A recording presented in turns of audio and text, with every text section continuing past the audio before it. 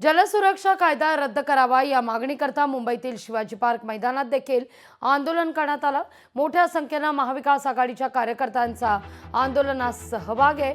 यावेळी कार्यकर्त्यांकडून जोरदार घोषणाबाजी देखील करण्यात आलेली आहे।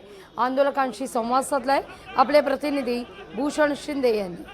मुंबईतील शिवाजी पार्क मैदानामध्ये जनसुरक्षा कायदा रद्द करावा यासाठी महाविकास आघाडीतील सर्व पक्ष मिळून आंदोलन करत आहेत। सध्या माझ्यासोबत काही महिला शिवसैनिक आहेत। ताई, काय सांगाल की तुम्ही आंदोलन करत आहात, जनसुरक्षा कायदा मागे घ्यावा, रद्द करावा ही तुमची मागणी आहे, नेमकी मागणी काय, मागणीचं कारण काय? हा कायदा चुकीचा आहे, हा कायदा घटनेच्या विरोधात आहे आणि म्हणून आमचा विकास आघाडीचा ह्या कायद्याला अगदी तीव्र विरोध आहे।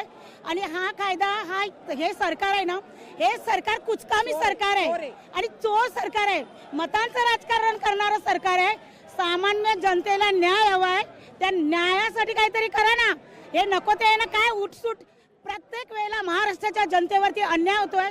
आज फक्त महाविकास आघाडी आहे, पण यापुढे महाराष्ट्रातील जनता एकवटून आंदोलन करेल। या मोदी सरकारने सगळ्या जनतेला वेठीस धरले आणि या चोरांचं राजकारण आहे, मतांचं राजकारण, चोरी करून मतांचं राजकारण करतायत। आणि आता मुंबईवर डोळा का तर महानगरपालिका तोंडावर आहेत। महानगरपालिकेच्या इलेक्शनसाठी आणि महानगरपालिका काबीज करण्यासाठी या लोकांनी सगळा हा घाट घातलेला आहे, परंतु हा कायदा आम्ही होऊ देणार नाही, आम्ही धुळीस मिळवणार। एकंदर सर्व महिला या आक्रमक होऊन एकंदर जनसुरक्षा कायदा रद्द करावा अशी मागणी करतात। एकंदर या येत्या काळामध्ये जर कायदा रद्द नाही केला, कायदा मागे नाही घेतला तर अधिक तीव्र आणि अधिक व्यापक आंदोलन होईल अशा प्रकारे इशारा देखील या महिला आंदोलक देताना आपल्याला पाहायला मिळत आहेत।